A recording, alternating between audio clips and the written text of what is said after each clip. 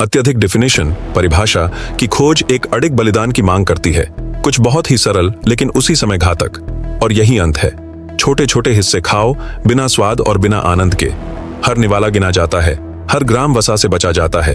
लक्ष्य स्पष्ट है, शरीर की हर वसा की परत को खत्म करना। बॉडी बिल्डिंग की दिग्गज हस्ती डोरियन येट्स बताते हैं कि यह हासिल करना कितना कठिन था। वे कहते हैं कि उनकी हड्डी सा दिखने वाली बेहद पतली काया लोगों को डरा देती थी। यह कुछ ऐसा था जो मौजूदा प्रतियोगियों में आमतौर पर नहीं देखा जाता, खासकर उन सभाओं में जहां प्रतियोगिता से पहले खिलाड़ी एक दूसरे का मूल्यांकन करते थे। उस समय चेहरे देखकर अंदाजा लगाया जाता था कि शरीर किस स्थिति में है। अगर चेहरा थोड़ा सूजा हुआ होता तो समझा जाता कि खिलाड़ी अपनी चरम अवस्था में नहीं है। दूसरी ओर डोरियन याद करते हैं कि वे इतने दुबले लगते थे कि चेहरे और जबड़े की मांसपेशियां साफ दिखती थीं और धंसी हुई आंखों और सिर के साथ उनकी शक्ल बेहद डरावनी प्रतीत होती थी।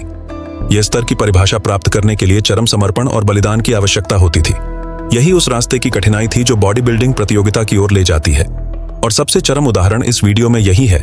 बॉडी बिल्डर्स अपने कैलोरी सेवन को 1600 से नीचे तक घटा देते थे, जैसा कि क्रिस बमस्टेड ने अपने तीसरे मिस्टर ओलंपिया की तैयारी में दिखाया। इसी तरह ऑम्ब्री एशले ने भी अपनी सख्त डाइट साझा की ताकि शरीर से हर वसा का अंश मिटा सकें।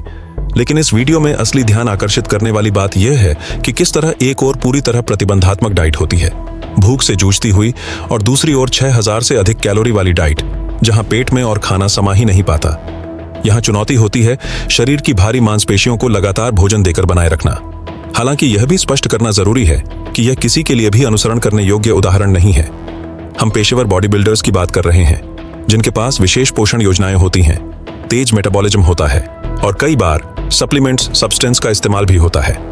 दिलचस्प यह है कि परिभाषा कटिंग ही सबसे कठिन हिस्सा नहीं है। वास्तव में कठिनाई तो तब आती है जब बॉडी बिल्डर को बुल्किंग में रोज हजारों कैलोरीज खानी पड़ती हैं। उदाहरण के लिए जे कटलर, जिसने रॉनी कोलमैन को हराकर मिस्टर ओलंपिया का ताज जीता, कहते हैं कि वे रोज 6 घंटे सिर्फ खाना पकाने और खाने की तैयारी में लगाते थे। उन्होंने बताया कि वे साल में करीब $50,000 सिर्फ खाने पर खर्च करते थे। घर में 3 रेफ्रिजरेटर थे और यहां तक कि उन्होंने एक पूरी गाय खरीदकर फ्रीज कर दी थी ताकि पर्याप्त मांस हमेशा उपलब्ध रहे। कभी कभी उनका कैलोरी सेवन 7000 से भी ऊपर चला जाता था। स्पेन के महान बॉडी बिल्डर पाको बाउटिस्टा बताते हैं कि उन्होंने सीनियर स्तर तक पहुंचने के लिए 2 सालों तक रोज 11,000 कैलोरी खाई और 130 किलो वजन तक पहुंचे। उनके एक दिन के भोजन में 4 टुकड़े मांस, 1 किलो फल, 2 ब्रेड, 250 ग्राम कच्चा चावल, 20 अंडों की सफेदी एक एक कर निकालनी पड़ती थी। दही और जैतून का तेल शामिल था। साथ ही वे दिन में 2 बार ट्रेनिंग करते थे। जैसा कि डोरियन बताते हैं, असली बलिदान तब आता है जब कैलोरीज घटा दी जाती हैं, लेकिन ट्रेनिंग की तीव्रता वही रखनी पड़ती है। अब शरीर में ऊर्जा की कमी होती है, पर मेहनत उतनी ही करनी पड़ती है। यही वह जगह है जहां कई बॉडी बिल्डर्स असफल हो जाते हैं। हाल ही में डोरियन ने इंस्टाग्राम पर साझा किया कि कैसे वे ऑन ऑफ सीजन में 6500 कैलोरी खाते थे और प्रतियोगिता की तैयारी में इसे घटाकर 3500 तक ले आते थे। सुनने में यह ज्यादा लगता है, लेकिन 120 किलो के तेज मेटाबॉलिज्म वाले बॉडी बिल्डर के लिए यह भी भूख छोड़ जाता था। आज क्लासिक फिजिक्स श्रेणी में वजन सीमा तय कर दी गई है, जिससे बॉडी बिल्डर्स को अब अनावश्यक रूप से बहुत बड़े आकार की तलाश नहीं करनी पड़ती। वे अब अधिक संतुलित, सौंदर्यपूर्ण और हल्की काया की ओर ध्यान दे सकते हैं।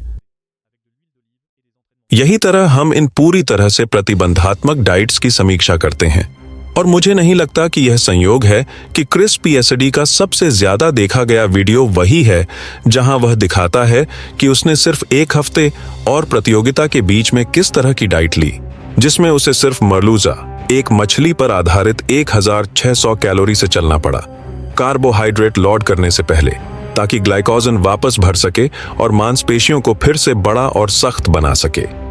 लेकिन इस बिंदु तक पहुंचने के लिए हम उसकी डाइट में सब्जियों के हर ग्राम को नहीं देखते। यह स्पष्ट है कि यह डाइट टिकाऊ नहीं है, खासकर जब हम मानते हैं कि यह 90 किलो से अधिक शुद्ध मांसपेशियों वाले शरीर पर लागू होती है।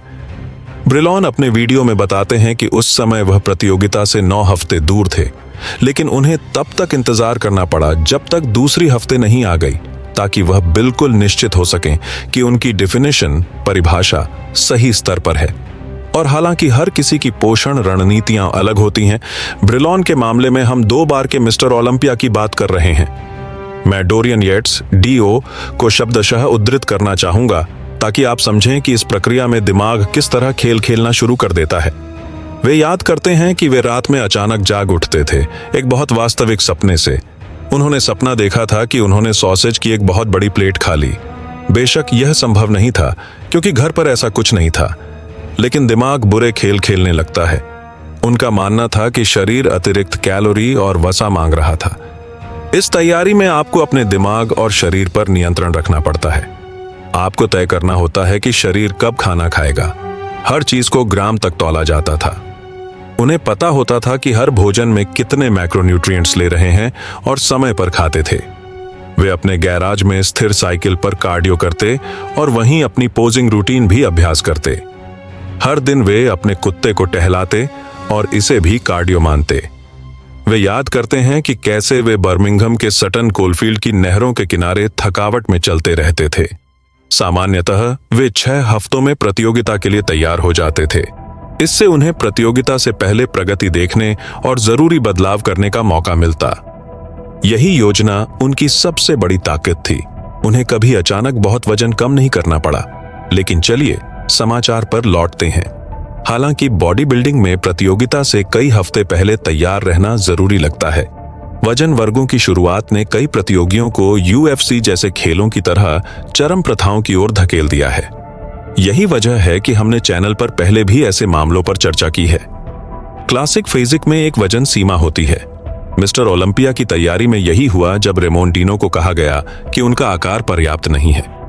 हर उस खेल में जहां वजन या आकार की कैटेगरी होती है, वहां वजन कम करने की घातक प्रथाओं का खतरा रहता है। यह अभ्यास बेहद खतरनाक है। खेलों के इतिहास में हमने यह बार बार देखा है। सबसे ज्यादा प्रचारित उदाहरण UFC और बॉक्सिंग के हैं, जहां खिलाड़ियों को लगातार निगरानी में रखना पड़ता है ताकि उनकी जान न जाए। उदाहरण के लिए 21 साल की फाइटर अमानिले की मौत गंभीर डिहाइड्रेशन से हो गई, क्योंकि वह 57 किलो से नीचे की कैटेगरी में वजन बनाने की कोशिश कर रही थी।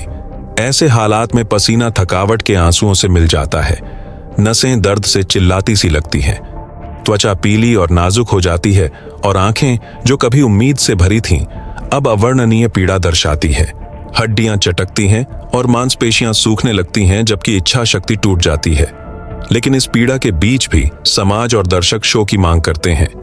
वजन तोलना एक सख्त परीक्षा बन जाती है, जहां खिलाड़ियों को वजन पर कैद कर दिया जाता है और यह इंतजार पीटे हुए शरीर से भी ज्यादा थकाने वाला हो जाता है। सीमाएं बार बार पार की जाती हैं और स्वास्थ्य गौण हो जाता है।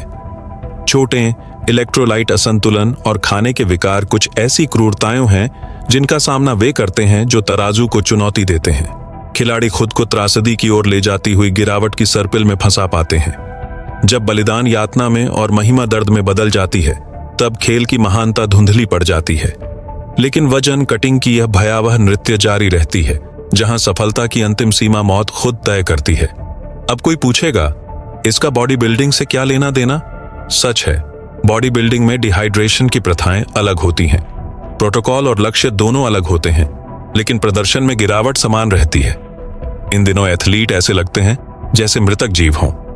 कई लोग कहते हैं कि यह बॉडी बिल्डर्स की डंपिंग फेज की याद दिलाता है, जब वे पूरी तरह थक चुके होते हैं, ऊर्जा रहित और अलग अलग प्रोटोकॉल्स के अधीन। हालांकि यह प्रक्रिया बॉडी बिल्डिंग में ज्यादा क्रमिक है। लक्ष्य वही रहता है, जितना संभव हो उतना डिहाइड्रेटेड होना, ताकि त्वचा और मांसपेशी के बीच पानी की परत न रहे। यही वह जगह है जहां डायूरेटिक्स, मूत्रवर्धक दवाओं का दुरुपयोग दिखता है, ताकि शरीर से पानी तेजी से निकाला जा सके। और यहाँ खतरे बहुत गंभीर हैं। जब कोई प्रतियोगी अपनी कैटेगरी की सीमा तक पहुंचता है, तो यह सामान्य हो जाता है कि इन प्रथाओं में पड़ जाए। उदाहरण के लिए मेलमैन, उनका आकार कम हो गया जैसे रेमोन का हुआ, और उन्होंने लगभग 2 किलो घटा दिया। लेकिन उन्होंने इतना जोर लगाया कि होटल के बाथरूम में बेहोश होकर 3 बार गिर पड़े। उनकी साथी बताती हैं कि अगर वे अकेले होते तो कुछ भी हो सकता था। अंततः मेलमैन वजन नहीं बना सके। यह फिर साबित करता है कि बॉडी बिल्डिंग में भी ऐसी चरम प्रथाएं मौजूद हैं। यह एक अनुशासन है जो लगभग पूरे साल चरम पर रहने की मांग करता है, और जब आपको लगता है कि काम पूरा हो गया है, आप अपने आप को इसी तरह की स्थिति में फंसा पाते हैं।